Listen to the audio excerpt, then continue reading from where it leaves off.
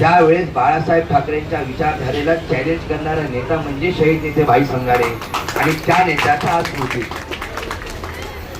पण आपल्याला माहितच नाही.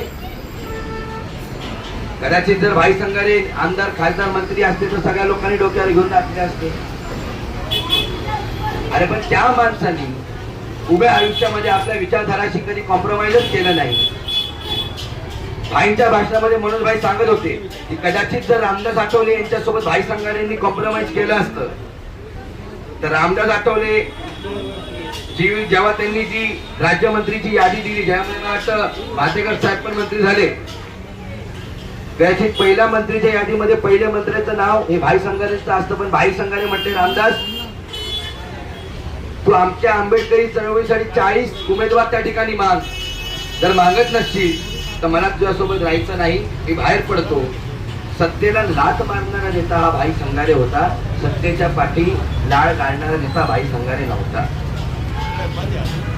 आणि जैसा गुरु तैसा चेला, जे संस्कार भाई संगारेंनी मनोज भाईंवरती दिले ते संस्कार शेवटपर्यंत मनोज भाईंनी, म्हणजे खऱ्या अर्थाने जसं म्हणतो ना आपण की छत्रपतींचा वारसा संभाजी महाराजांनी चालवला, तर भाई संगारेंचा वारसा खऱ्या अर्थानं सैनिक म्हणून जर कोणी या महाराष्ट्रात चालवला असेल तर मला अभिमान आहे की ते माझ्या वडिलांनी, तुमच्या माझ्या नेत्यांनी मनोज भाई संगारेंनी चालवलं आणि शेवटपर्यंत चालवलं.